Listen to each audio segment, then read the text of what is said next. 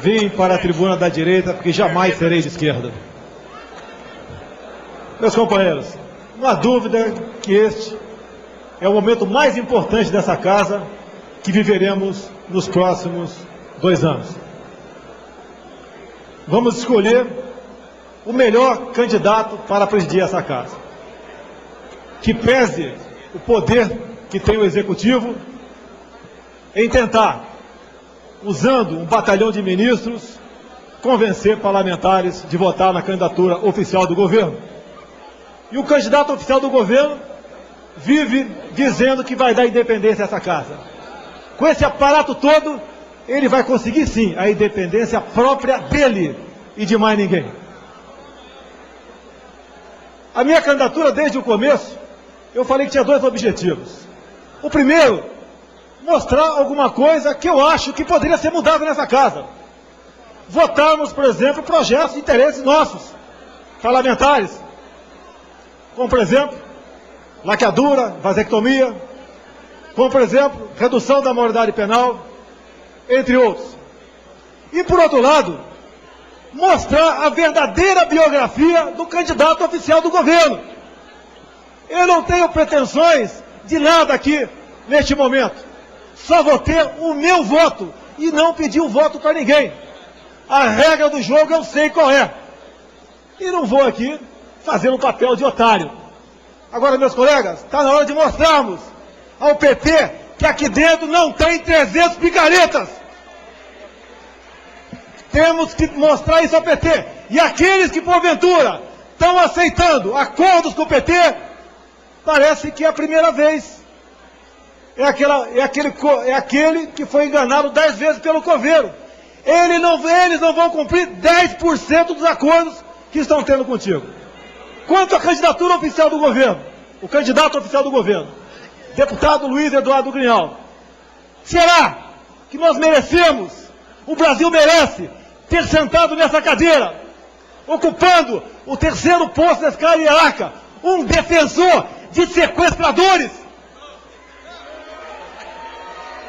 Grignal, com o sequestro de Abílio Diniz, que havia até cavado a própria sepultura no cativeiro, passou alguns anos depois defender a soltura do sequestrador. Solicitar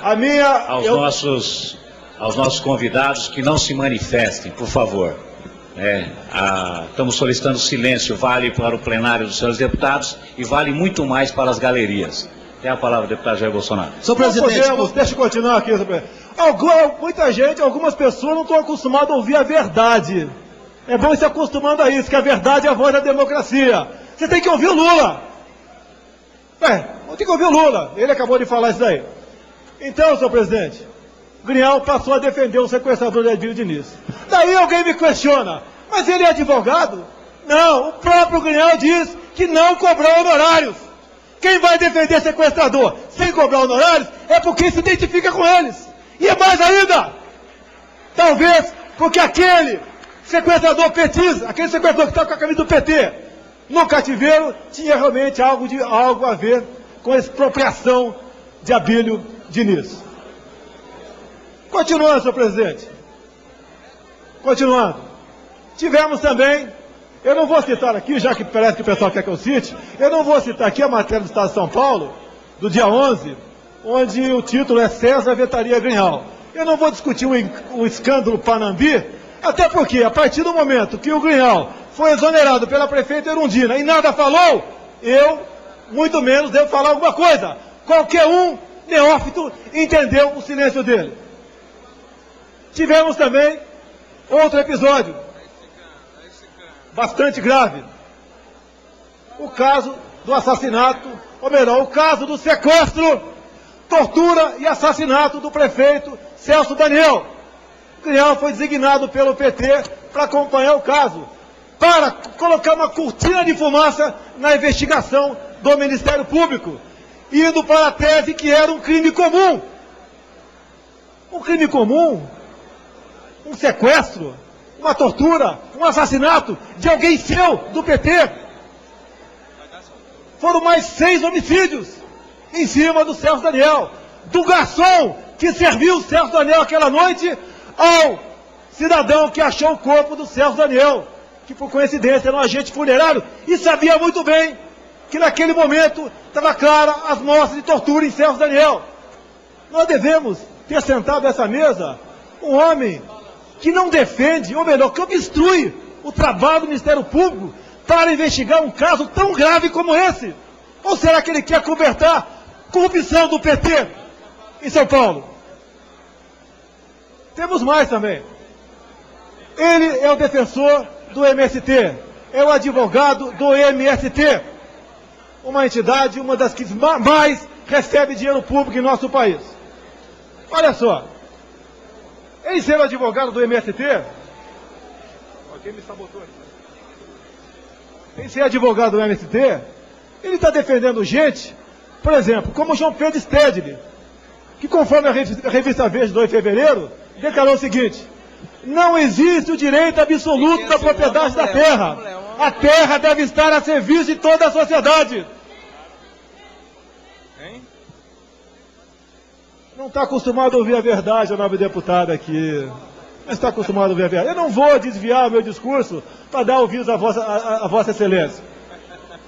É o advogado também, o Grial, que defende gente como Egídio Bruneto, dirigente do MST, que disse durante a inauguração da Escola Nacional Florestan Fernandes, em São Paulo, abre aspas, sejam latifúndios produtivos ou improdutivos, formar quadros para ocupar terras é o principal objetivo da escola. Mais um Vietnã para construir a resistência do povo. Meu Deus do céu, a gente vai botar um homem desse na presidência da nossa Câmara para mostrar mais uma incoerência do senhor Grial. Ele é o pai do Estatuto do Desarmamento. Enquanto trabalhava nessa casa para aprovar o Estatuto do Desarmamento, que só está servindo para desarmar um cidadão de bem. Antes da votação final, José Rainha foi preso com uma arma calibre 12, obviamente, sem registro e sem porte. Era o momento de ele demonstrar que realmente precisávamos aprovar o Estatuto do Desarmamento. O que ele fez? Foi simplesmente defender, mais uma vez, graciosamente, José Rainha Júnior.